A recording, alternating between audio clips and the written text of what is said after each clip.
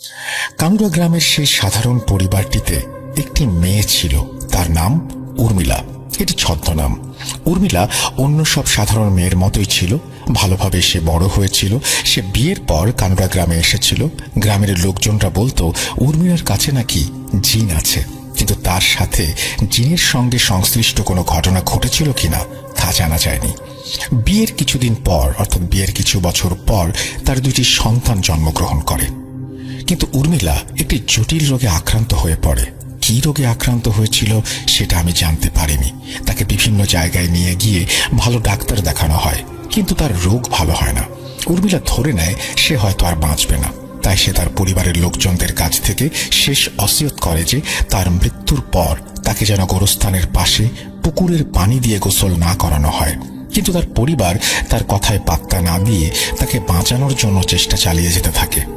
তারা শেষ পর্যন্ত তাকে রাজশাহীর একটি নামকরা হাসপাতালে ভর্তি করে। ডাক্তার তার চিকিৎসা করেন, তার বিভিন্ন টেস্ট করা হয়। সেখানকার ডাক্তার তাকে ইঞ্জেকশন দিয়ে অজ্ঞান করতে চাইলে সে ডাক্তারকে অনেক অনুরোধ করে যেন তাকে অজ্ঞান না করা হয়। সে ডাক্তারের পা পর্যন্ত ধরেছিল, কিন্তু ডাক্তার শেষ পর্যন্ত তাকে অজ্ঞান করে। কিন্তু সমস্যা দেখা দিল যে দীর্ঘ সময় পার হয়ে গেলেও তার জ্ঞান ফিরছিল না। ডাক্তার উর্মিলার পরিবারের লোকজনকে বলেন উর্মিলাকে বাড়ি নিয়ে গিয়ে 24 ঘন্টা রাখতে। এই 24 ঘন্টার মধ্যে যদি জ্ঞান না ফেরে তাহলে ধরে নিতে হবে সে মারা গেছে। কিন্তু উর্মিলার পরিবার ভেবে নেয় যে উর্মিলা মারা গেছে, তাই তারা তাকে হাসপাতাল থেকে বাড়ি নিয়ে চলে আসে। তারা তাদের সব আত্মীয় স্বজনকে খবর দেয় এবং মসজিদে মাইকেও ঘোষণা করে যে উর্মিলা মারা গেছে। সিদ্ধান্ত নেওয়া হয় সেদিন রাতেই উর্মিলাকে দাফন করা হবে। আত্মীয় স্বজনরা সবাই এসে উপস্থিত হলে দাফনের জন্য সব কার্যক্রম শুরু করা হয়। উর্মিলা তার শেষ ওসিয়তের কথাটা একমাত্র তার মাকে বলেছিল, কিন্তু তার মা কোনো কারণে সেই কথাটা ভুলে যান। ফলে তাকে সেই পুকুরের পানি দিয়েই গোসল করানো হয়, যে পুকুরের পানি দিয়ে গোসল করাতে সে বারণ করেছিল। রাত 10টার সময় তার জানাজা হয় এবং স্বাভাবিকভাবেই তাকে দাফন করা হয়। এখানে কোনো রকম কোনো ঘটনা ঘটেনি। সেদিন রাতে উর্মিলার স্বামী স্বপ্নে দেখেন যে উর্মিলার লাশ কবর থেকে তুলে তাদের বাড়ির বাইরের দরজার সামনে ফেলে রাখা হয়েছে। স্বপ্ন দেখার সাথে সাথে তার ঘুম ভেঙে যায়। তিনি তার স্বপ্নের ব্যাপারে বাড়ির অন্যান্য লোকজনদের বলেন। অন্য সব আত্মীয় স্বজনরা বলেন সকালে গিয়ে কবর ঠিকঠাক আছে কিনা দেখে আসা হবে। সেদিনের মতো সবাই ঘুমিয়ে পড়ে। পরদিন ভোরবেলা কবরটি দেখতে যাওয়া হয়। কবরের কাছে গিয়ে সবাই একটি ভয়ানক জিনিস দেখে। সবাই দেখে যে কবরের মাথার অংশটিতে মাটি নেই এবং সেখানকার পাতাতনটিও নেই। ব্যাটারি চালিত টর্চ লাইটগুলো মেরে দেখা যায় যে কবরের মধ্যে কোনো লাশ নেই, কিন্তু কাফনের কাপড়টি কবরের ভেতরেই পড়ে আছে। কবরের অন্যান্য অংশ একদম অক্ষত আছে। বাড়ির লোকজনদের খবর দেয়া হয়, সবাই সেখানে চলে আসে। খবরটা জানাজানি হলে আশেপাশের বাড়িগুলো থেকেও অনেক লোকজন সেখানে এসে উপস্থিত হয়। সবাই মিলে লাশ খুঁজতে থাকে। খোঁজার এক পর্যায়ে লাশটি পাওয়া যায় কবর থেকে বেশ অনেকটা দূরে একটা ধানের জমির মাঝখানে। সে সময় জমিতে ধান লাগানো ছিল না। লাশটি উপুড় হয়ে মাটিতে পড়েছিল। লাশটিকে সোজা করলে দেখা যায় যে লাশের চোখ থেকে তাজা রক্ত গড়িয়ে পড়ছে। এ সময় পরিবারের লোকজনরা লাশটি কাউকে দেখাতে না দিয়ে বাড়িতে নিয়ে চলে আসে। কিন্তু খবরটি জানাজানি হয়ে গেলে দূর দূরান্ত থেকে অনেক মানুষ এসে জমা হয়। সবার চাপের মুখে লাশ দেখাতে বাধ্য হয় উর্মিলার পরিবার। কবরটি আবার খোঁড়া হয়। উর্মিলার স্বামী কবর থেকে কাফনের কাপড় তোলার জন্য কবরে নামেন, কিন্তু এখানে ঘটে এক অদ্ভুত ঘটনা। কবর থেকে কাফনের কাপড় তোলা যাচ্ছে না। কাপড়টি কবরের সাথে শক্তভাবে লেগে আছে। এই অবস্থায় আশপাশের সোনাইচণ্ডী হাটের মসজিদের ইমাম, ধানসুরা কেন্দ্রীয় মসজিদের ইমাম এবং ওই গ্রামের মসজিদের ইমামকে খবর দেয়া হয়। 3 জন ইমাম একত্রে অনেক দোয়া দুরুদ পড়তে থাকেন। তারা 3 জন দোয়া পড়া অবস্থাতেই কবরের মধ্যে নামেন এবং কাপড়টি তোলার চেষ্টা করেন। এইবার তারা কাপড়টি তুলতে সক্ষম হন। এইবার অনায়াসেই কাপড়টি উঠে আসে। সেদিন ছিল বুধবার। সেদিন সোনাইচণ্ডীতে কেন্দ্রীয় হাট বসেছিল। খবরটি জানার পর হাট থেকে সব মানুষ এসে সেখানে হাজির হয়। সবাই এই ঘটনা নিজ চোখে দেখেছে। পরবর্তীতে পুনরায় তাকে গোসল করিয়ে জানাজা পড়িয়ে দাফন করা হয়। এরপর আর কোনো সমস্যা হয়নি, কিন্তু কবর থেকে যে পাতাতনটি হারিয়ে গিয়েছিল সেটি আর পাওয়া যায়নি। এই ঘটনার পর গ্রামের সবার মুখে বিভিন্ন রকম কথা ছড়িয়ে পড়ে। কেউ কেউ বলে যে সেই মেয়েটির সাথে থাকা জিনেরা তার লাশটি তুলে বাইরে বের করেছে। আবার কেউ বলে মেয়েটি হয়তো বেঁচে ছিল, যেহেতু ডাক্তারের কথা অমান্য করে 24 ঘন্টার আগেই কবর দেয়া হয়েছিল, তাই হতে পারে যে কবরের মধ্যে মেয়েটির জ্ঞান ফিরে এসেছিল, তারপর সে নিজেই কবর ভেঙে বেরিয়ে আসে। আবার অনেকে বলে কোনো চোর হয়তো লাশ চুরি করতে এসেছিল, কিন্তু কবরের মাত্র একটি পাটাতন খুলে এবং শুধুমাত্র তার ওপরের অংশ থেকে মাটি সরিয়ে কবর থেকে লাশ বের করা কোনো মানুষের পক্ষে সম্ভব না। আবার সেই লাশটি সম্পূর্ণভাবে অক্ষত ছিল। কবরের আশেপাশে এবং লাশের গায়ে কোনো শেয়াল, কুকুর কিংবা অন্য জীবজন্তুর পায়ের ছাপ বা আঘাতের চিহ্ন পাওয়া যায়নি। তাই লাশের সাথে ঠিক কি ঘটেছিল সেটা কেউ সঠিকভাবে জানতে পারেনি। আমি আমার কাজের জন্য সাধারণত 6টার দিকে বের হয়ে যেতাম এবং রাত 3টা-4টার দিকে আমার রুমে ফিরতাম। তো একদিন কাজ থেকে ফিরে রুমে যাওয়ার জন্য আমি 1 নম্বর লিফটে উঠি। ওঠার পর আমার 44 তলায় আসার পর আমি লিফট থেকে বের হব, তখনই একটা সুন্দর মিষ্টি স্মেল পাই। এই স্মেল আমি আগে কখনো পাইনি। এই স্মেল যেন পৃথিবীর কোথাও নেই। স্মেলটা পাওয়ার পরেই আমার যেন সারাদিনের ক্লান্তি এক নিমিষেই দূর হয়ে যায়। তারপর আমি আমার রুমে চলে আসি। তখন বাজে রাত 3টা। রুমে এসে ফ্রেশ হয়ে একটা সিগারেট খাওয়ার জন্য রুমের বাইরে যাই। আমার ফ্ল্যাটের পাশের ফ্ল্যাটের সাথেই একটা বারান্দা আছে, সেখানে দাঁড়িয়ে আমি স্মোক করছি আর আমার সামনে পুরো মালয়েশিয়া শহরটি দেখছি। আমার সিগারেট শেষ হয়ে গেছে, আমি আমার রুমের দিকে যাব, ঠিক তখনই সেই মিষ্টি স্মেলটা আবার পেলাম। এইভাবে প্রতিদিন আমি ঠিক রাতের বেলায় 3টা-4টার মধ্যে রুমে আসি আর সেই একই স্মেল পাই। এইভাবে বেশ কিছুদিন কেটে যায়। একদিন আমি রাত 11টার দিকে কাজ শেষ করে বাসায় আসার জন্য ট্রেন স্টেশনে দাঁড়িয়ে আছি। বলে রাখা ভালো, রাতের ট্রেনে ম্যাক্সিমাম যাত্রী হয় না। তো ট্রেন আসলো, আমি ট্রেনে উঠলাম। দেখি আমার কেবিনে মাত্র 3 জন। আমি একটা সিটে বসে পড়ি। বসার পরেই আবার সেই স্মেলটা পাই। স্মেলটা পাওয়ার সাথে সাথেই আমার ডান সাইডে চোখ যায়। দেখি আমার ঠিক পাশে একটি মেয়ে বসে আছে, কিন্তু আমি যেখানে বসেছিলাম সেখানে কেউ ছিল না। আমার থেকে একটু দূরে 3 জন বসেছিল। আমার পাশের জনকে দেখে আমি একটু অবাক হই। ওঠার সময় দেখলাম 3 জন, আর এখন হয়ে গেল 4 জন। অবাক হয়ে বসে আছি আর মনে মনে ভাবছি হয়তো আজকে অনেক ক্লান্ত, তাই ভুলভাল দেখছি। কিন্তু একটা বিষয় আমি খেয়াল করলাম, আমি আমার ফ্ল্যাটে যে স্মেলটা পেয়েছিলাম ঠিক সেই একই স্মেল আমার পাশে বসা মেয়েটির থেকে আসছে। আমি মেয়েটির দিকে তাকালাম। সুন্দর একটি মেয়ে। কেন জানি ইচ্ছা হলো তার সাথে কথা বলার। তারপর আমি তার সাথে হাই হ্যালো দিয়ে কথা বলা শুরু করলাম, কিন্তু মেয়েটি আমার কথার উত্তর না দিয়েই আমার দিকে তাকিয়ে রইল। আবার আমি তার সাথে কথা বলতে গেলাম, কিন্তু সে কোনো কথা বলছে না। আর আমার বাম দিকে থাকা 3 জন লোক আমাকে দেখে হাসাহাসি করছে, আর তারা নিজেরাই কি যেন সব বলাবলি করছে, অনেকটা এরকম কি সব পাগল ট্রেনে উঠে গেছে। আমি যে স্মেলটা পাচ্ছি সেটার ব্যাপারে কথা বলতে যাব, ঠিক সেই সময় আমার স্টেশন চলে আসলো। আমি সহ সেই 3 জন নেমে পড়লাম। ট্রেনে মেয়েটি বসে আছে আর ট্রেন চলে গেল। তারপর আমি সেই 3 জনকে বললাম, আমাকে দেখে পাগল ভাবলেন কেন আপনারা? আর নিজেদের মধ্যে সেটা নিয়ে বলাবলি করলেন, হাসাহাসি করলেন। তাদের কথা শুনে আমি অবাক হয়ে যাই। তারা আমাকে বলে, একা একা কেউ কথা বললে তাকে পাগল বলবো না তো কি বলবো?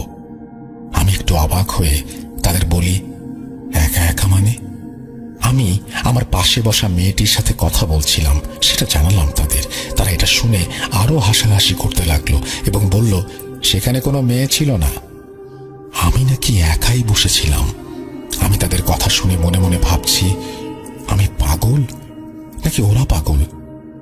সেখান থেকে আমি আমার রুমে চলে আসার জন্য লিফটে উঠি এবং 44 তলায় যখনই এসে লিফটের দরজা খুলল, ঠিক তখনই লিফটের সামনে সেই মেয়েটিকে দাঁড়িয়ে থাকতে দেখলাম। আমার কাছে ব্যাপারটা অনেক অদ্ভুত এবং ভয়ের লাগলো, কারণ আমি যে স্টেশন থেকে নেমেছি, নামার পরে আমি মেয়েটিকে ট্রেনে বসে থাকতে দেখেছিলাম। আর যে স্টেশনে নামলাম সেই স্টেশন থেকে নেক্সট স্টেশন যেতে সময় লাগবে 25 মিনিটের মতো, কিন্তু আমার স্টেশন থেকে আমার বাসায় হেঁটে আসার সময় লাগবে 5 থেকে 7 মিনিট। আর আপনারা সবাই জানেন যে মালয়েশিয়াতে যে ট্রেনগুলো হয় সেগুলো ইলেকট্রিক। ট্রেন চলা অবস্থাতেই ট্রেন থেকে নামা মোটেও পসিবল না। এত কম সময়ের মধ্যে মেয়েটা কিভাবে এখানে আসলো এটা ভেবে আমার মধ্যে একটা ভয় কাজ করতে লাগলো। আর সেই তিনজন আমাকে পাগল বলেছিল, তাদের কথা আমার মনে পড়ে গেল। আমি কেন জানি না ঘেমে যাচ্ছি, আমার ভয় ভয় করছে। আমি লিফট থেকে নেমে সেই মেয়েটিকে ক্রস করে আমার রুমের দিকে যাব, ঠিক তখনই মেয়েটি আমার পেছন থেকে ডাক দেয় আমার নাম ধরে। আমি এবার আরো অবাক হয়ে যাই, মেয়েটি আমার নাম জানে কিভাবে? আজকেই দেখলাম তাকে প্রথম, কথাও হয়নি, সে আমার নাম জানবে কিভাবে? পেছন ফিরে তাকাই, আমি আস্তে আস্তে তার কাছে গেলাম। সে কোনো কথা না বলে আমার হাতে একটি পাতা ধরিয়ে দেয়, তারপর ইশারায় বলে আমি এই ফ্ল্যাটে থাকি, মানে ঠিক লিফটের সামনের ফ্ল্যাটের কথা বলছে। তারপর মেয়েটি নিমেষেই অদৃশ্য হয়ে যায়। মানে কিভাবে কোথায় অদৃশ্য হয়ে গেল এক নিমেষেই আমি কিছু বুঝে উঠতে পারলাম না। আমার হাতে তার দেয়া পাতাটা, সেই পাতা যেটার ঘ্রাণ এতদিন আমি পাচ্ছিলাম। আমি কিছুটা অবাক এবং ভয় নিয়ে আমার রুমে চলে আসি আর ভাবতে থাকি এগুলো কি হচ্ছে আমার সাথে? মেয়েটি আমার নাম জানলো কিভাবে, আর কেনই বা আমাকে এই পাতাটা দিল? এইভাবে কেটে যায় কয়েকদিন। কাজ থেকে ফিরে আসি আর মেয়েটির জন্য তার রুমের পাশে অপেক্ষা করতে থাকি। দেখা হলে বলবো আপনি আমার নাম জানেন কিভাবে, আর এই পাতাটি কিসের? কিন্তু দিন যায়, তার দেখা পাই না। সেই পাতাটি আমার সাথেই থাকে, আমি সেই পাতার স্মেল নিতে থাকি, কিন্তু পাতাটি আজকে 1 মাস হয়ে গেল শুকোচ্ছে না। যেদিন থেকে পাতাটি আমাকে দিয়েছে সেদিন থেকে আমার খাওয়া দাওয়া কমে গেছে। কিছুদিন পর আস্তে আস্তে আমার ওজন কমে যায়। আমি কেন জানি রোগা এবং অসুস্থ হয়ে পড়ি। আমার মন কিছুতেই বসছে না কোনো কাজে, আমি কাজেও যাচ্ছি না। সব সময় মেয়েটির রুমের পাশে দাঁড়িয়ে থাকি, কিন্তু রুমে তালা দেয়া। কেন জানি তার সাথে কথা বলার জন্য আমি পাগল হয়ে যাচ্ছি, কিন্তু কিসের জন্য আমি কথা বলবো সেটাও বুঝতে পারছি না।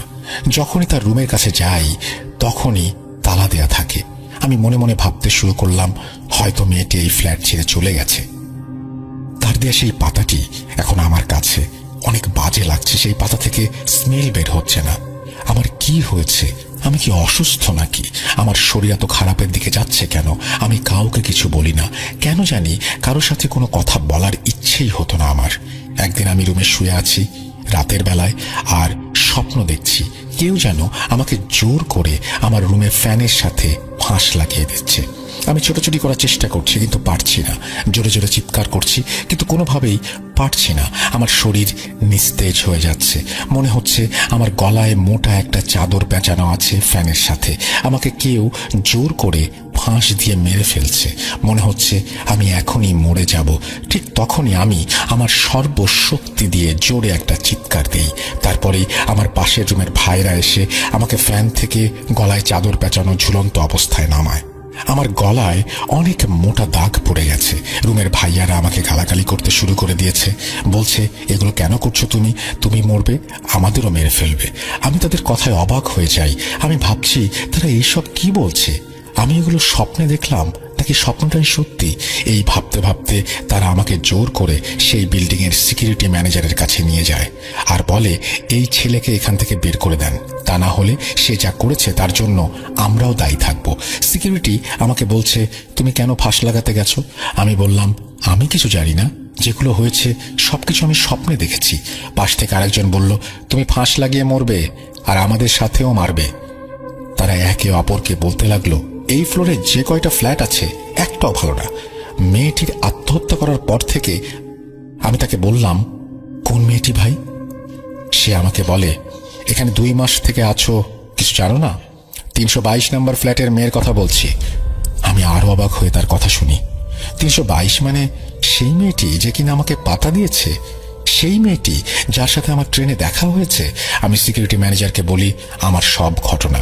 ম্যানেজার আমার কথা শুনে অবাক হয়ে যায় আর বলে আজকে 3 বছর 322 নম্বর ফ্ল্যাট বন্ধ আর 1 নম্বর লিফট সন্ধ্যা 6টা থেকে সকাল 6টা পর্যন্ত বন্ধ থাকে। তার এই কথা শুনে আমার পায়ের নিচ থেকে মাটি সরে যায়। আমি গত 3 মাস থেকে কাজের পর বাসায় ফিরে 1 নম্বর লিফটে করে আমার রুমে যেতাম। আর ম্যানেজার বলছে গত 3 বছর থেকে এই লিফট 6টার পর বন্ধ। তাদের কথাগুলো আমার বিশ্বাস হয় না, কিন্তু তারা যে সত্যি বলছে এটা বুঝতে পারি। সেই মেয়েটি সুইসাইড করার পর থেকেই লিফটটা বন্ধ করে রাখা হয়েছে, সাথে সেই ফ্ল্যাটটি। সিকিউরিটি আমাকে বলে এখনই এই বিল্ডিং ছেড়ে চলে যেতে, কোনোভাবেই আমাকে তারা আর এখানে রাখবে না। আমি কি করব কিছুই বুঝতে পারছি না। সকাল হওয়া পর্যন্ত অপেক্ষা করতে থাকি। সকাল হলে আমার রুমের সকল জিনিস নিয়ে বের হয়ে যাই। সেই বিল্ডিং এর পাশেই আমার বন্ধু থাকে, তার কাছে। তাকে সবকিছু খুলে বলি। সে আমাকে একটা হুজুরের কাছে নিয়ে যায়। হুজুরের সাথে দেখা করা মাত্র হুজুর আমাকে দেখে বলে, আপনার সমস্যার সমাধান আমি কিছু করতে পারবো না। আমি বললাম, আমার সমস্যা? আমি তো আপনাকে সমস্যার কথা বলিনি।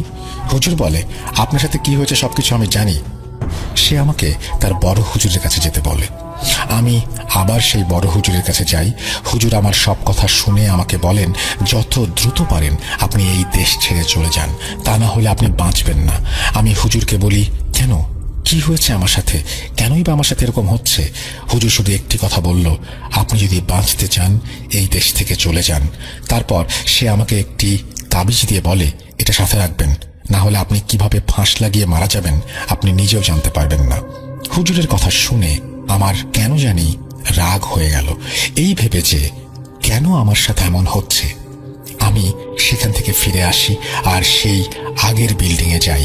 সিকিউরিটি ম্যানেজারের সাথে কথা বলি, সেই মেয়েটির ব্যাপারে জানতে চাই। ম্যানেজার আমাকে বলেন, গত 3 বছর আগে মেয়েটি 44 তলার ফ্ল্যাটে ওঠে একটি ছেলের সাথে। কিছুদিন পর মেয়েটির লাশ সেই ফ্ল্যাট থেকে ফ্যানে ঝুলন্ত অবস্থায় পাওয়া যায়। পরে পুলিশ এসে লাশ উদ্ধার করে, কিন্তু মেয়েটি যে ছেলেটির সাথে এসেছিল তাকে আর কোনোভাবেই খুঁজে পাওয়া যায় না। অনেক চেষ্টা করেও পুলিশ এই হত্যার ব্যাপারে কিছু উদ্ধার করতে পারেনি। কেন মেয়েটি আত্মহত্যা করেছে, কিসের জন্য, কোনো কিছুই আজ পর্যন্ত জানা সম্ভব হয়নি। এবং এই কেসের ব্যাপারে এখনো অনুসন্ধান চলছে, আর সেই মেয়েটির কোনো ঠিকানাও পাওয়া যায়নি, যার কারণে মেয়েটির লাশ বেওয়ারিশ হিসেবে সেখানকার একটি কবরস্থানে দাফন করা হয়। এগুলো শুনে আমি বাসায় চলে আসি। ঠিক সে রাতেই আমি স্বপ্নে দেখি মেয়েটি আমার কাছে এসে কান্না করছে আর 2 হাতে জোর করে বলছে, আমাকে আমার মায়ের কাছে নিয়ে যাও। এই কথা বলেই মেয়েটি স্বপ্নের মধ্যে কেমন জানি উধাও হয়ে গেল। আর হঠাৎ আমার ঘুম ভেঙে গেল। মুখ ধুয়ে আমি বারান্দায় দাঁড়িয়ে সিগারেট টানছি আর ভাবছি কি করব। এদিকে আমি অসুস্থ হয়ে গেছি অনেক। আমি যেন নিজেকে আর চিনতে পারছি না। আমার ওজন কমে গেছে, একেবারেই শুকিয়ে গেছি। এই ভাবতে ভাবতে আমি শুয়ে পড়ি। ঠিক একটু ঘুম ঘুম ভাব, আর আমি অনুভব করছি আমার বন্ধু আমার বুকের ওপর শুয়ে আমার গলা টিপছে, আমাকে মেরে ফেলবে। আমি অনেক শক্তি দিয়ে তাকে ছাড়ানোর চেষ্টা করছি, কিন্তু পারছি না। আমি দোয়া পড়ার চেষ্টা করছি, কিন্তু আমার মুখ দিয়ে কোনো দোয়া বের হচ্ছে না। আমি খেয়াল করলাম আমার বন্ধুর চোখ দুইটা আগুনের মতো জল জল করছে। তার শরীর বিশাল এক দানবের মতো আকৃতিতে পরিণত হয়েছে। সে তার সর্বোচ্চ শক্তি দিয়ে আমার গলা টিপে ধরেছে। আমার মুখ দিয়ে গোঙানির মতো আওয়াজ বের হচ্ছে। মনে হচ্ছে এই মুহূর্তেই আমার জীবনের শেষ মুহূর্ত। আমি আল্লাহকে ডাকার চেষ্টা করছি, কিছুতেই কিছু হচ্ছে না। হঠাৎ করে ফজরের আজান ভেসে আসে। আমার শরীর থেকে ভার কমতে শুরু করলো। আজান শোনার পর থেকে আমি সাথে সাথে আমার প্রাণ ফিরে পেলাম। আমি জেগে গেলাম। আমি চোখ খুলে দেখি আমার শরীর পুরো ঘেমে গেছে। আমার শরীরে কোনো শক্তি নেই। পাশে তাকিয়ে দেখি আমার বন্ধু ঘুমিয়ে আছে। আমি তাকে ডাক দিয়ে তুলি। সে আমার দিকে তাকিয়ে বলে, কে, তোর গলায় এটা কিসের দাগ? আমি আয়নার সামনে গিয়ে দেখি আমার গলায় 2 হাতের ছাপ বসে আছে। আমি অনেক ভয় পেয়ে যাই। রাতে ঘুমাতে পারতাম না, সারা রাতে জেগে কাটিয়ে দিতাম। এইভাবে কয়েকদিন যাওয়ার পর আমার বন্ধু আমাকে বলছে, কালকে টিকিট কেটে দিচ্ছি, তুই দেশে চলে যা। আমি কি করব কিছুই বুঝতে পারছি না। নিজের শরীরের অবস্থা দেখে ভাবলাম দেশেই চলে যাই। তার পরের দিন আমার বন্ধু আমাকে টিকিট কেটে দেয়। 21 নভেম্বর রাত 12:45 ফ্লাইট। আর মাত্র একদিন পরেই দেশে চলে যাব। রাতে শুয়ে শুয়ে ভাবছি 7টি বছর এই মালয়েশিয়াতে কাটিয়েছি, কত ঘুরেছি, মজা করেছি। এই ভাবতে ভাবতে একটু ঘুম চলে আসে আমার। ঘুমিয়ে আমি স্বপ্নে দেখি ভয়ঙ্কর চেহারার কেউ আমাকে বলছে, তুই কোনোভাবেই দেশে যেতে পারবি না, আমি তোকে দেশে যেতে দেব না। এই কথা বলে স্বপ্নের মধ্যেই হারিয়ে গেল। পরদিন সবকিছু গুছিয়ে আমি আর আমার ফ্রেন্ড এয়ারপোর্টের দিকে রওনা দিলাম। রাত 12টায় এয়ারপোর্টে পৌঁছে যাই। শেষ বেলায় বন্ধুকে বিদায় দিচ্ছি আর বলছি, ভালো থাকিস।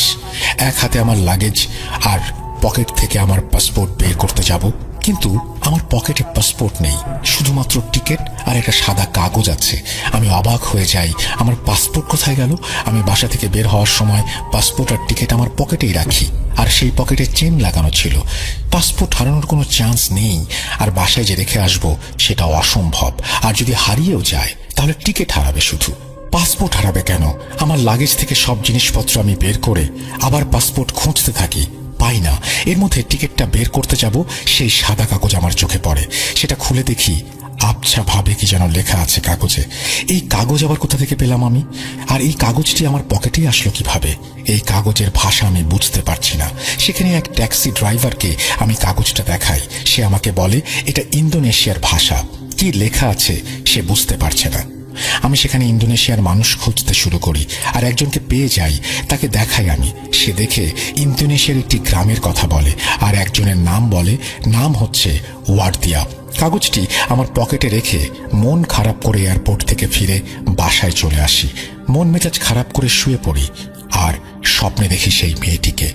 আজকে তার আর কোনো ভয়ঙ্কর চেহারা নেই, মিষ্টি হাসির একটা চেহারা নিয়ে দাঁড়িয়ে আছে আমার সামনে, আর আমাকে বলছে এই কাগজটির ঠিকানায় যেতে, আর বলছে আজকের পর থেকে তোমার কোনো ক্ষতি হবে না।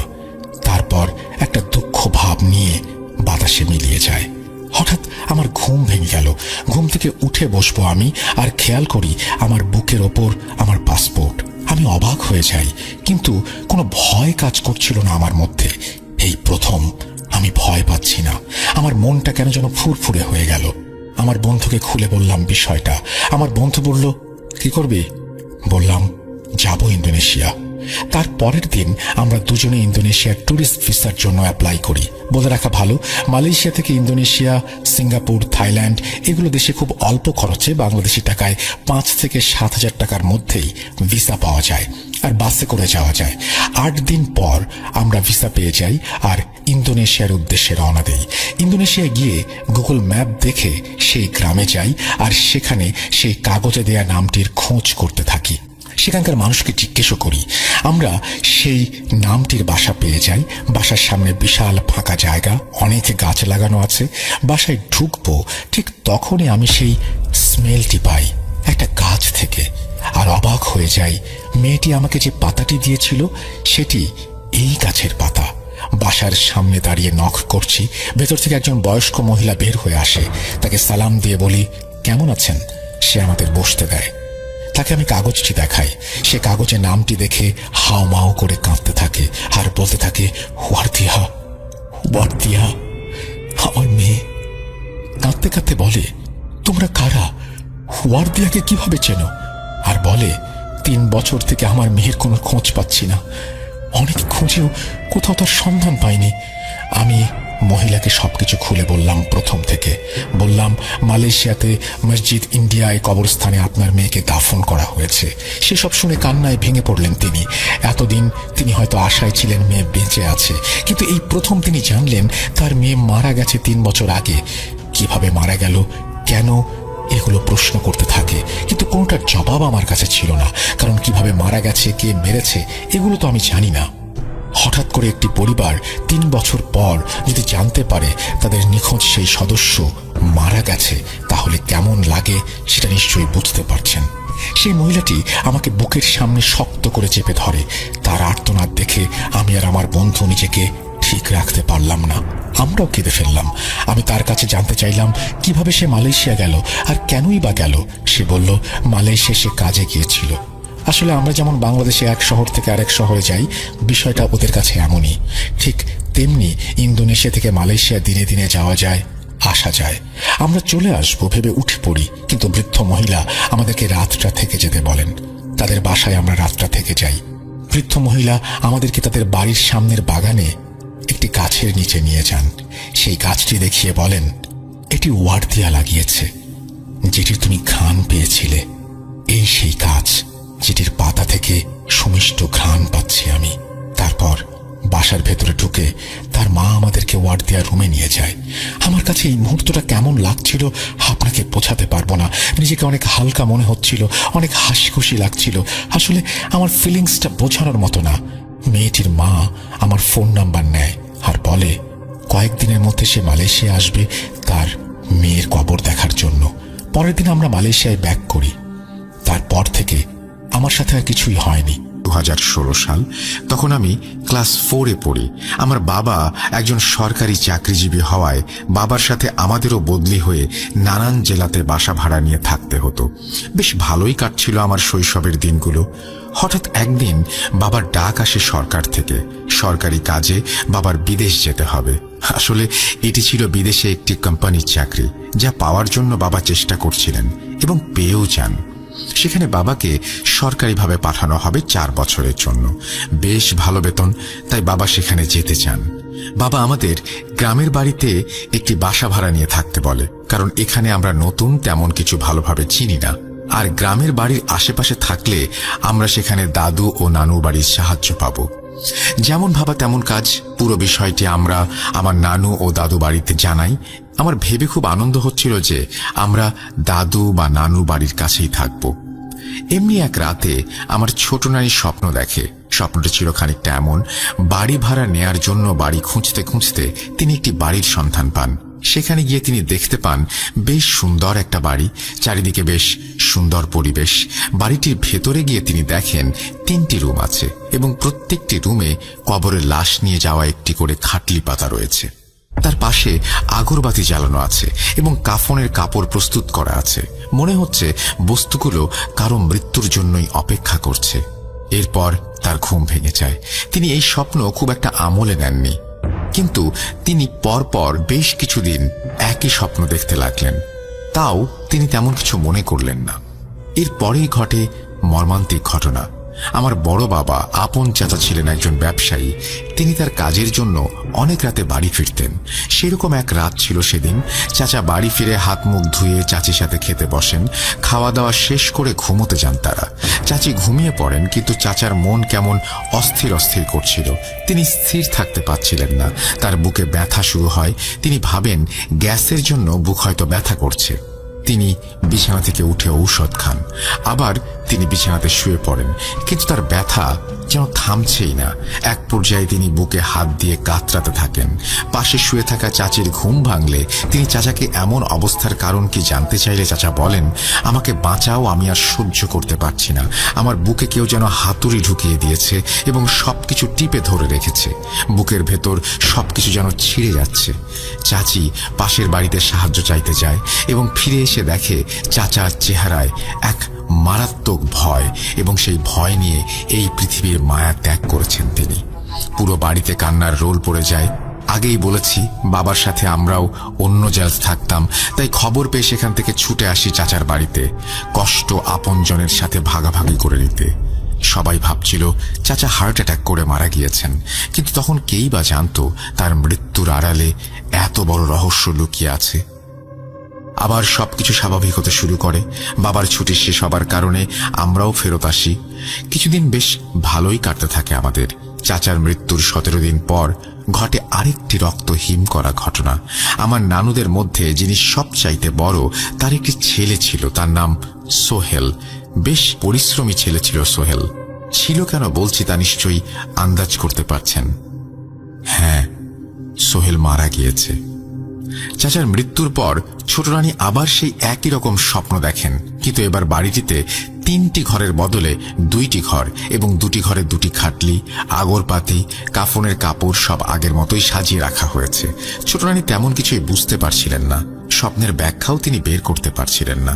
যাই হোক, সোহেল সেদিন তার সব কাজ শেষ করে এসে তার মাকে বলে, মা, আমার শরীরটা খুব খারাপ লাগছে, তুমি ভাত রান্না করো, আমি ডাক্তার দেখিয়ে আসি, এসে ভাত খাবো।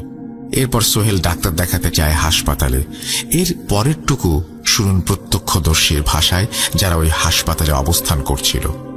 ছেলেটি হাসপাতালে আসার পর থেকেই কেমন অদ্ভুত আচরণ করছিল। দেয়ালে মাথা লাগিয়ে বাড়ি মারছিল। আমরা ওকে শান্ত করার চেষ্টা করি, কিন্তু কোনোভাবেই ওকে থামিয়ে রাখতে পারছিলাম না। একসময় ও নিজেকে ছাড়িয়ে নিয়ে মাটির ওপর চরম কষ্ট নিয়ে দাপাদাপি শুরু করে। কখনো নিজের হাত ধরে, কখনো পা, কখনো মাথা দাপাদাপি করতে থাকে। ওকে দেখে মনে হচ্ছিল ও খুব কষ্ট পাচ্ছে। একসময় সবকিছু শান্ত হয়ে যায়। আমরা ওকে তুলে নিয়ে যাই ডাক্তারের কাছে, কিন্তু আমাদের অবাক করে দিয়ে ডাক্তার ওকে মৃত ঘোষণা করে। কোনো একভাবে সোহেলের বাড়ির লোক ব্যাপারটি জানতে পারে। সোহেলের লাশ বাড়িতে আনা হয়। কি করুণ অবস্থা হয়েছে তার চেহারার। কপাল ফেটে রক্ত বেরিয়ে গেছে, পুরো শরীরে ছোপ ছোপ দাগ, যেন তাকে পিটিয়ে মারা হয়েছে। কিন্তু তার বাড়ির সব লোকেরা ব্যাপারটি স্বাভাবিকভাবে নিল। লাশ গোসল করিয়ে, জানাজা পড়িয়ে দাফনের কাজ শেষ হয়। সোহেলের এমন মৃত্যু তার মা কোনোভাবেই মেনে নিতে পারছিলেন না। এর মাঝে বাবা বিদেশে যাবেন না ঠিক করেন। তিনি আমাদের ছাড়া এতদিন বিদেশে থাকতে পারবেন না। চাচা মারা যাবার পর থেকেই আব্বু কেমন যেন সেন্সিটিভ হয়ে যায়। ছোট নানি কিছুটা উপলব্ধি করতে পারেন তার সাথে কি ঘটেছে। স্বপ্নে দেখা রুমগুলোর সাথে একটি করে মৃত্যুর সম্পর্ক। কিন্তু কেন এমন মৃত্যু? আমি বা কেন স্বপ্ন দেখছি? বিভিন্ন প্রশ্নের মায়াজালে আটকে যান তিনি। এভাবে কেটে যায় প্রায় 2 বছর। ছোট নানিও এর মাঝে কোনো স্বপ্ন দেখেননি। আমাদের সাজানো গোছানো সংসার বেশ ভালোই কাটছিল দিনগুলো। বাবা অন্যান্য দিনের মতোই সকালে অফিসে যায় এবং দুপুরে ফিরে আসে। এমনি একদিন বাবার মুখটা কেমন গম্ভীর হয়ে আছে। আম্মু বাবাকে কারণ জিজ্ঞাসা করতেই বাবা বললেন, আমাকে এবার নিশ্চিতভাবে বিদেশ যেতে হবে। অফিস থেকে অর্ডার পাশ করে দিয়েছে। আমাকে 1 বছর থাকতে হবে দেশের বাইরে। পিছিয়ে আসার সুযোগ নেই। আমি না গেলেই নয়। তাই আমি সিদ্ধান্ত নিয়েছি তোমাদের গ্রামের বাড়ির ওখানে পাঠিয়ে দেব। ওখানে তোমরা ভালোই থাকবে। আমি গ্রামের বাড়িতে খবর দিয়ে দিচ্ছি, ওরা আবার বাড়ি ভাড়া নেওয়ার জন্য খোঁজ করবে। যেমন কথা তেমন কাজ। আমার নানু ও দাদু বাড়ির লোকেরা আশেপাশের ভাড়া বাড়ির খোঁজ খবর নিতে থাকে, কিন্তু সহজে মনের মতো বাড়ি পাওয়া যাচ্ছিল না। এর মধ্যে ছোট নানি সেই একই স্বপ্ন বারবার দেখা শুরু করেন। কিন্তু এইবার বাড়ির মধ্যে ছিল মাত্র একটি রুম। সেই রুমের মধ্যে একটি খাটলি পাতা রয়েছে, পাশে কাফনের কাপড় প্রস্তুত করা হয়েছে এবং আগরবাতি জ্বলছে। ছোট নানির ঘুম ভাঙলে তিনি বেশ চিন্তায় পড়ে যান, কারণ প্রথমবার এবং দ্বিতীয়বার এই রকম একই স্বপ্ন দেখার পর কেউ না কেউ প্রাণ হারিয়েছে। তিনি বুঝতে পারেন এবারও হয়তো তার ব্যতিক্রম হবে না। মানুষ কি নাকি ভাববে, তাকে পাগল বলবে, এই ভেবে তিনি এই ঘটনাগুলো স্বপ্নের কথা কাউকে বলতে পারছিলেন না। তিনি চিন্তিত হয়ে পড়েন যে এবার কারো প্রাণ যেতে চলেছে। এমনি একদিন ছোট রানীর 2 ছেলের মধ্যে ছোট ছেলে পরশ এবং তার 4 বন্ধু মিলে একটি বিলের মধ্যে যায় গোসল করতে। তারা 5 বন্ধু মিলে বেশ মজা করছিল সেখানে। কথায় কথায় পরশ এবং অন্যান্য বন্ধুরা বাজি ধরে যে সে নির্দিষ্ট দূরত্বের একটি বাঁশকে দুজনের মধ্যে কে আগে গিয়ে ধরতে পারে। যেমন ভাবা তেমন কাজ। এখানে বলে রাখা ভালো, পরশ বেশ ভালোই সাঁতার জানত। ওরা দুজন প্রতিযোগিতা শুরু করলে পরশ বেশ খানিকটা এগিয়ে যায়। প্রায় অর্ধেকের বেশি যাওয়ার পর পরশ তার পায়ে হ্যাঁচকা টান অনুভব করে এবং প্রায় সাথে সাথেই একটি মাত্র চিৎকার দিয়ে পানি নিচে তলিয়ে যায়। প্রথমে তার বন্ধুরা ভাবে পরশ হয়তো মজা করছে ভয় দেখানোর জন্য, কিন্তু যখন পরশ 2-3 মিনিট পেরিয়ে গেলেও পানির উপরে ওঠে না, তখন সবাই ভয় পায় এবং পরশকে খুঁজতে থাকে। কেউ তাকে খুঁজে পায় না। পরশের পরিবারে ব্যাপারটি জানানো হলে তারা ফায়ার সার্ভিসের ডুবুরি দল নিয়ে আসে। ডুবুরি খুঁজতে শুরু করে, কিন্তু তাকে খুঁজে পাওয়া যাচ্ছিল না। পানি অস্বচ্ছ ছিল। পানি নিচে ডুবুরিটা দেখতে সমস্যা বোধ করছিল। আবার অন্ধকার হয়ে আসছিল, কারণ দুপুরের এই ঘটনা ঘটার পর থেকে সন্ধ্যা ঘনিয়ে এসেছে। ডুবুরিরা শেষ একবার চেষ্টা করবে বলে ঠিক করে। তারা এবার একটি মরদেহ খুঁজে পায়, যেটি ছিল পরশের। যেখানে পরশ ডুবে গিয়েছিল তার 5 থেকে 6 হাত দূরে লাশটি পাওয়া যায়। লাশটি বসা অবস্থাতে মাটির সাথে লেগেছিল। কেউ যেন তাকে কাদার সাথে চেপে বসিয়ে দিয়েছে। ডুবুরি যেমনি লাশটি পানির ওপরে তুলল, কেন জানি তখনই অদ্ভুত একটি ঘটনা ঘটে। যখনই পরশের মরদেহ পানি থেকে নৌকায় তোলা হয়, তখনই পানির নিচ থেকে অনেকগুলো সাপ পানির উপরে এসে সাঁতার কাটতে শুরু করে। সবাই হঠাৎ এতগুলো সাপ চলে আসাতে ঘাবড়ে যায়। পরবর্তীতে লাশ বাড়িতে নিয়ে আসা হয়। ছোট নানি বারবার অজ্ঞান হয়ে যাচ্ছিলেন। তার এত আদরের ছেলে পরশ আর নেই। তিনি এটা মেনে নিতে পারছিলেন না। পুরো বাড়িতে কান্নার রোল পড়ে গিয়েছিল। পরশকে জানাজা করিয়ে কবর দেয়া হয়। ছোট নানি তার স্বপ্নের কথা নিজের মধ্যে আর চেপে রাখতে পারেননি। তিনি তার পরিবারের সবাইকে এই ঘটনা প্রথম থেকে শেষ অবধি বলেন। তার পরিবারের সবাই এই ঘটনা শুনে একদম চমকে যায়। পরবর্তীতে ছোট নানিকে একটি কবিরাজ দেখানো হলে কবিরাজ যা বলে তা শুনে সবার আত্মা শুকিয়ে যায়। কবিরাজের বলা কথাগুলো ছিল খানিকটা এরকম: কালো জাদুর শিকার হয়েছিল ওরা 3 জন। ওদের কারো মৃত্যু স্বাভাবিক ছিল না, বরং স্বাভাবিকের মতো সাজানো হয়েছিল। এক তান্ত্রিকের বিশেষ ধরনের সাধনা পূরণ করার জন্য তার এমন 3 জন পুরুষের বলির দরকার ছিল যারা এই বংশের হবে, এবং 3 জনের প্রত্যেকের রাশি হবে তুলা। এই বলির দায়িত্বে থাকা জিনটি অনেক খোঁজার পর এদের তিনজনকে পায় এবং একে একে হত্যা করে। আর পরশের লাশ তোলার পর যে সাপগুলো দেখেছিলেন, সেই সাপরূপী জিনগুলো লাশ পাহারা দিচ্ছিল।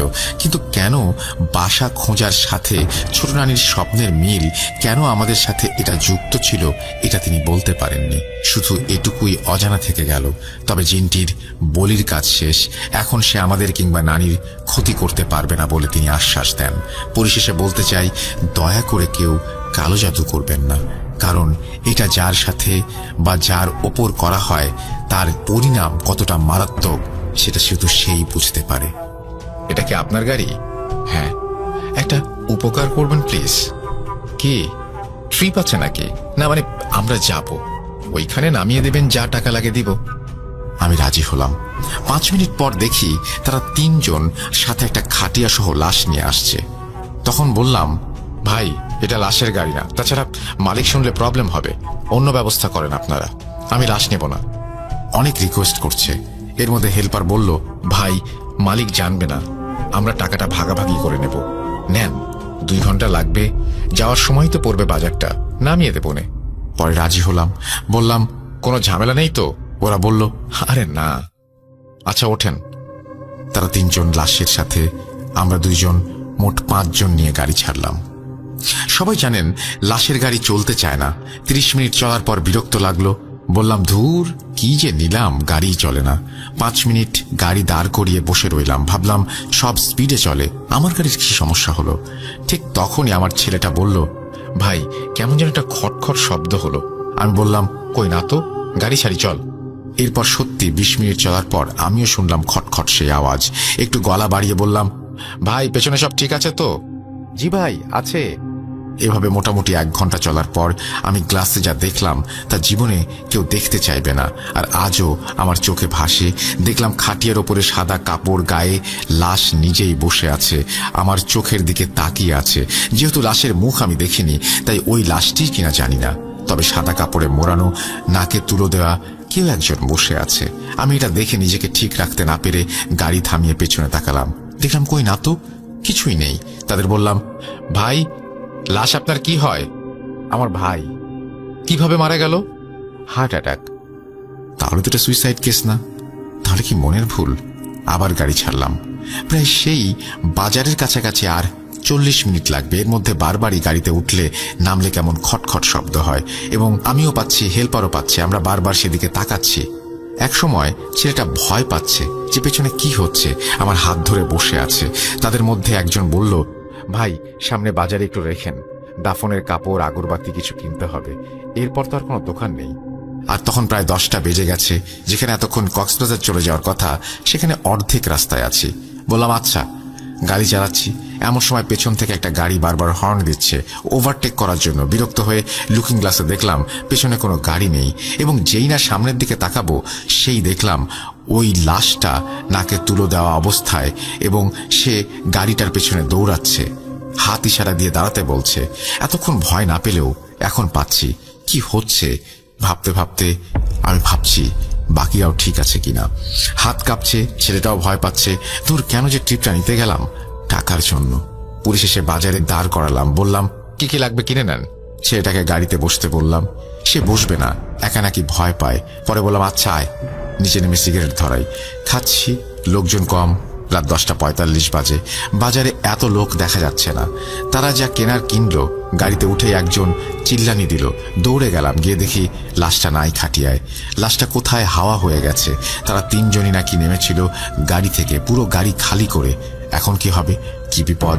লাশ কে নিল, কি বা হলো? পুরো মহল্লায় ছড়িয়ে গেল বাজারের লাশ গায়েব। বাজারে যারাই ছিল সবাই লাশ খুঁজতে ব্যস্ত হয়ে গেল। সবাই খুঁজতে খুঁজতে গাড়ি থেকে প্রায় 20-30 হাত দূরে একটি তাল গাছের মাথায় লাশ দেখতে পেল। লাশ ওইখানে গেল কিভাবে? কি একটা অবস্থা! অনেকের ভেতরে ভয় চেপে গেল। যাও কয়েকজন ছিল, একে একে সবাই চলে যেতে লাগলো। ঘুরিয়ে ফিরিয়ে 7-8 জন ছিলাম, কেউ কিছুই করতে পারছে না। তারপর যা ঘটলো তা আরো ভয়ঙ্কর ছিল। একটা ছেলে যে মাদ্রাসায় পড়তো, সে বলল, আমি গাছে উঠতে পারি, আমি নামাচ্ছি। এই বলে সে গাছের মাঝ বরাবর উঠতেই হঠাৎ কোনো কারণ ছাড়াই ছিটকে নিচে পড়ে গেল এবং হাত পা ছিলে গেল, রক্ত বের হতে লাগলো। এবং তখন গাছের ওপর আমরা দেখতে পাচ্ছি লাশটাকে, এবং কেউ রইল না চারপাশে। আমরা এখন 5 জন। ওই মাদ্রাসার ছেলেটা বলল, এলাকার হুজুরকে ডেকে আনি, এই লাশ এভাবে নামানো সম্ভব হবে না। সে গেল হুজুরকে আনতে। 10 মিনিট পর সে দেখে বলল, এই লাশ আমি একা নামাতে পারবো না। সে আর হুজুর মাদ্রাসার আরো 3 জন ছাত্রকে নিয়ে আসলো এবং রাত 11টার বেশি সময় ধরে সবাই মিলে গাছে বসে অনেক দোয়া দুরুদ পড়তে লাগলো। প্রায় 15 মিনিট পর একজনকে বলল, গাছে ওঠো। পরে সে গাছে উঠতে লাগলো। ঠিক তখনই শুরু হলো বিশাল ঝড়, মনে হচ্ছে সব উড়িয়ে নেবে এমন অবস্থা। অথচ এতক্ষণ বাতাস ছিল না। খেয়াল করে দেখলাম শুধু আমাদের জায়গাটুকুতেই বাতাস হচ্ছে। ছেলেটা গাছে উঠছে, কিন্তু মনে হচ্ছে গাছ ভেঙে পড়বে বাতাসে। লাশটা নামানো হলো শেষ অবধি। তারপর হুজুর বলল, 1টা না 2টা না 5টা জিনের পাল্লায় পড়েছে, শয়তানের পাল্লায় পড়েছে। নজর দিয়ে সে লাশে ভালোভাবে গোসল করানো হয়নি। বাসায় গিয়ে আবারও ভালো করে গোসল করিয়ে দিতে হবে, এবং রাস্তায় আবারও এই সমস্যা হতে পারে। কালেমা পড়তে পড়তে যাবেন, থামবেন না। আর একটা আতর লাগাবেন সবাই। আর গোলাপ জল পড়ে দিলেন তিনি, সেটা ছিটাতে বললেন। সমস্যা হবে না সেটাও বললেন। আর আমাকে বললেন, এত রাতে গাড়ি চালিয়ে যেও না কোথাও একা। রাতে পরে গাড়িটা ধুয়ে ফেলো। আমার হেল্পার সেন্স আসলো, তাকেও পানি পড়া দিল আর বলল, রাস্তায় কিছু হলে ভয় পেও না, আল্লাহকে স্মরণ করো। বিসমিল্লাহ বলে আবারও গাড়ি ছাড়লাম। সবাই কালেমা পড়তে পড়তে 20 মিনিট পর নামিয়ে দিলাম তাদেরকে। টাকা নিলাম। তারা বলল জানাজা করে যেতে, কিন্তু গেলাম না। বললাম অনেক দূর যেতে হবে, যাই। গাড়িটিতে উঠলাম। ছেলেটা ভয়ে কুঁজো হয়ে আছে, কিছু না বলে গাড়ি চালাচ্ছি। এমন সময় শুরু হলো ঝড়, যেটা আমি জানি অন্য কোথাও হচ্ছে না, শুধু আমাদের আশেপাশেই হচ্ছে। গাড়ি উল্টিয়ে ফেলবে এমন অবস্থা। গাড়ি না থামিয়ে চালাচ্ছি। গাড়ির পেছনে ধুম ধুম ধুম ধুম শব্দ হচ্ছে। কয়েকজন লোক বুট জুতা পায়ে গাড়িতে উঠে লাফাচ্ছে। আমি আল্লাহর নাম স্মরণ করে এভাবেই পৌঁছালাম। গাড়ি রেখে বাসায় গেলাম। গোসল করে খেয়ে শুয়ে পড়লাম। পরদিন হেল্পার এলো না। গেলাম ওর বাসায়, দেখলাম খুব জ্বর। আমি সুস্থ ছিলাম। পরে গাড়ি না নিয়ে আমার বাসায় আসলাম। এসে শুয়েছি, ক্লান্ত লাগছিল। সেই শোয়াতেই 12 দিন পর উঠলাম, কারণ আমারও জ্বর ছিল, শরীরে ব্যথা ছিল। প্রায় 1 মাস পর গাড়ি নিয়ে বের হয়েছি। সেই গাড়ি না, অন্য গাড়ি। কখনো রাতে ট্রিপ নেই না, এবং লাশ তো 2007 নভেম্বর মাস। আমার বোন প্রেগনেন্ট। ভালো চিকিৎসার জন্য আবার ঢাকায় আমাদের বাসায় চলে আসে আমার বোন। আগের বারের চাইতে এবারের যত্নটা অনেকটাই বেশি, কারণ আগের বার যা যা হয়েছে সব আমাদের ভুলের কারণে হয়েছে। আমার মা চালিয়ে দিয়েছে, তাই এবার আর কোনো ভুল বা যত্ন বা চিকিৎসায় কমতি রাখা যাবে না। আমি অনেক খুশি, মামা হব। কিন্তু হঠাৎই একদিন আমার বোন বলে যে তার পেটের বাচ্চা আছে, তার কোনো সারা শব্দ নেই। 2 দিন হয়ে গেছে, পেটে কোনো নড়াচড়া নেই। আমার মা বললেন, তাকে আগে কেন জানানো হলো না? আমার মা কাউকে কিছু না বলে আমার বোন আমাকে নিয়ে এক ওঝার কাছে গেলেন। আমি অনেক ছোট, কিন্তু আমার মাথায় একটা প্রশ্ন ঘুরছে, আমার মা আমার বোনকে ডাক্তারের কাছে না নিয়ে ওঝার কাছে কেন যাচ্ছেন? আমার বোনকে নিয়ে ঘটনার সূত্রপাত হয়েছে কখন শুনুন। আমি যখন ওঝার বাসার গেটে ডান পাটা রাখি, তখনই ওঝা আমাকে দেখে চমকে গেলেন এবং আমার মাকে বললেন, ও কেমন আছে? মানে আমি কেমন আছি? আমার মনে কেমন একটা যেন খটকা লাগলো। যাই হোক, আমার বোনের মুখের দিকে তাকিয়ে আমি ওসব কিছুক্ষণের জন্য ভুলে গেলাম। আর ওঝাকে দেখেও ওরকম মনে হয়নি যে আমরা টিভিতে বিভিন্ন হরর মুভিতে যেমন দেখেছি সেরকম। সবচেয়ে আশ্চর্যের বিষয় হলো, ওঝা আমার বোনকে দেখেই বলে উঠল, ওকে এখানে নিয়ে এসেছিস কেন? ওর পেটের বাচ্চা তো আর বেঁচে নেই। কথাটা শুনে আমার বোনের মাথায় আকাশ ভেঙে পড়ল। আমার মা চিন্তিত হয়ে যান। কাকে কিভাবে কি বলবে? বোনের শ্বশুর বাড়িতে খবরটা কিভাবে দেবে? এরপর ওঝা বলল, সব সমস্যা তোর এই ছেলের কারণে, তোর ছেলেকে দেখে রাখিস। এরপর আমাদের পানি পড়া দেন, শুধু আমরা সেটা নিয়ে চলে আসি। কিছুদিন যাবার পর আমি মাকে জিজ্ঞেস করি, ওঝা যে বলল সব সমস্যা আমার জন্য হয়েছে, আমি তো কোনো সমস্যার সম্মুখীন হইনি, কিন্তু ওঝা আমার দোষ কেন দিল? অনেকবার জিজ্ঞাসা করার পর মা বলতে বাধ্য হলো, সাল 1997। আমি তখন মার গর্ভে। আগেই বলে রাখি, আমার বাবা ছিলেন তখন একজন আনসার, রাতে বাসায় থাকতেন না। রাতে আমার মা 2 ভাই এবং বড় বোনকে নিয়ে ঘুমতো আমার মা, আর আমি মায়ের গর্ভে। কোনো এক রাতে আমার মা ঘুমের ঘরে দেখছেন কে যেন আমার মাকে বলছে, তোর এই ছেলেটাকে আমায় দিয়ে দে। আমার মা ঘুমের মধ্যেই তার সাথে তর্ক করতে করতে জ্ঞান হারিয়ে ফেলে।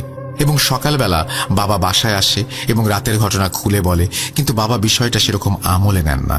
কোনো রকম পানি পড়া খাইয়ে দিলেন মাকে। পরে আমার মায়ের কোনো সমস্যা হয়নি, কিন্তু আমার মা চিন্তায় পড়ে যায় যে এই যে পেটে তার ছেলে আছে না মেয়ে আছে, স্বপ্নে আসা এই লোক জানলো কিভাবে, এবং ছেলেই বা কেন চাইবে। আমার মা জানতেন না তার পেটে ছেলে আছে নাকি মেয়ে। তখন বাংলাদেশে এরকম ভাবে জানার প্রচলনও ছিল না যে আগে থেকে সবকিছু জানা যাবে, ছেলে হবে না মেয়ে হবে। মানুষজন এরকম করতো না বেসিক্যালি। যাই হোক, একে একে দিন কেটে যায়, মা সবকিছু ভুলে গেল। আল্লাহর রহমতে আমার জন্ম হলো, সুস্থ সবল।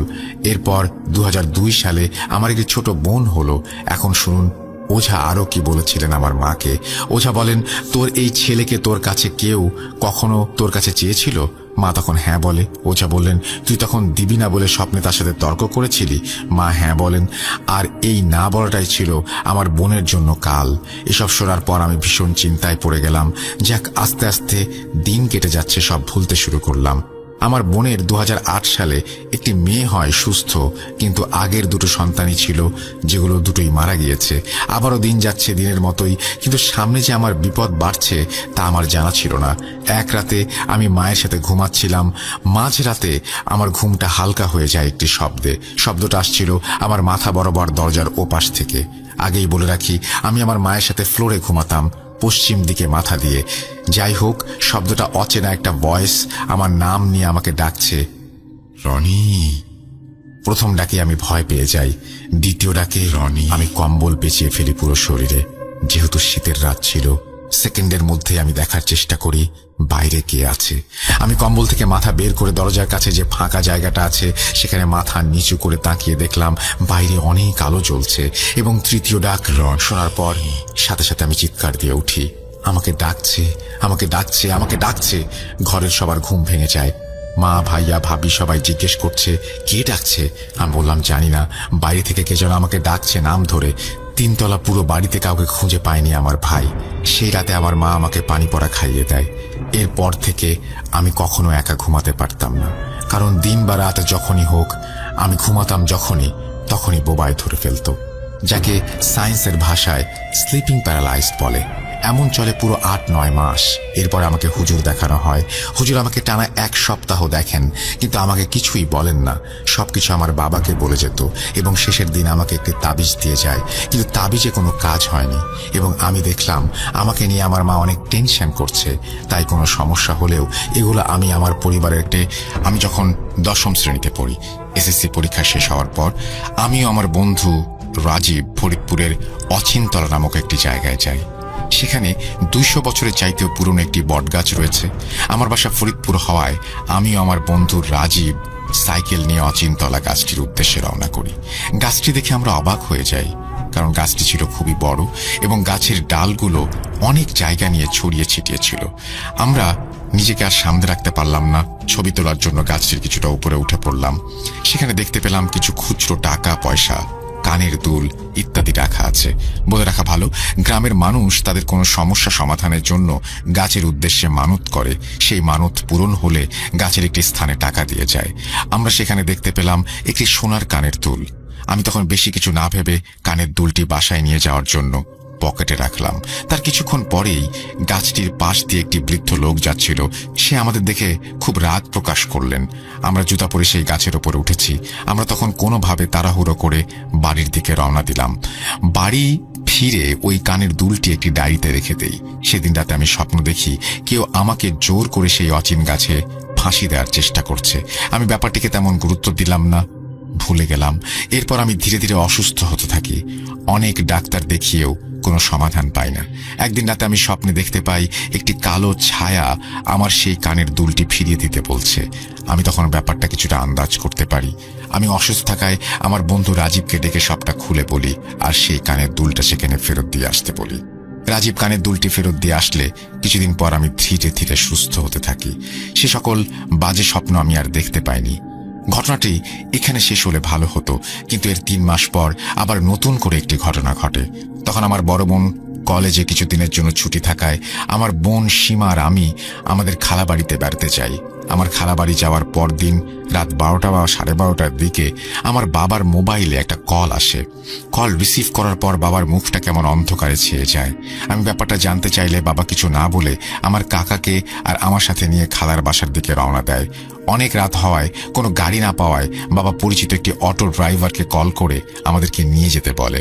খালার বাসাটায় যেতে 2 ঘন্টার মতো সময় লাগে। খালার বাড়ি পৌঁছানো অবধি আমি, বাবা আর কাকার মুখে শুধু দুশ্চিন্তা দেখতে পেলাম। খালার বাড়ি পৌঁছে দেখতে পেলাম খালা আর মা মিলে আমার বোনকে ধরে আছে। একজন হুজুর আমার বোনকে ধমক দিয়ে বলছে, কেন এসেছিস, কি চাস, কেন এই মেয়েটিকে কষ্ট দিচ্ছিস? কিন্তু আমার বোন সীমা কিছু বলছিল না। সীমা শুধু তার মুখ থেকে অদ্ভুত আওয়াজ করছিল। হুজুর কিছু করতে না পারায় হাল ছেড়ে দেয়। আমি কিছু দোয়া পড়ে দিচ্ছি, রাতে আর কিছু হবে না, সকালে একটি বড় হুজুরের ঠিকানা দিয়ে যাচ্ছি, তার কাছে নিয়ে যান, এই বলে হুজুর রাতে চলে যায়। তখন সীমা ঘুমিয়ে পড়েছিল, কিন্তু আমরা কেউ সারা রাত ঘুমাতে পারিনি। আমরা সীমাকে নিয়ে হুজুরের দেয়া সেই ঠিকানায় যাই। সেখানে যাওয়ার পর সীমার মধ্যে থাকা জিনকে হাজির করানো হয়। হুজুর আমাদের জানায় আমি সেই কানের দুলটি নিয়ে আসার জন্য এসব ঘটনা ঘটেছে। আসলে সেই কানের দুলটি কেউ কোনো একটি কারণে মানত করে রেখেছিল। আমি সেটি নিয়ে আসায় একটি জিন আমার সাথে চলে আসে। সেই কানের দুলটি আমি ফেরত দেওয়ার পরেও সে আমার ক্ষতি করতে চেয়েছিল, কিন্তু আমার ক্ষতি করতে না পারায় সে সুযোগ পেয়ে আমার বোনকে আসর করে।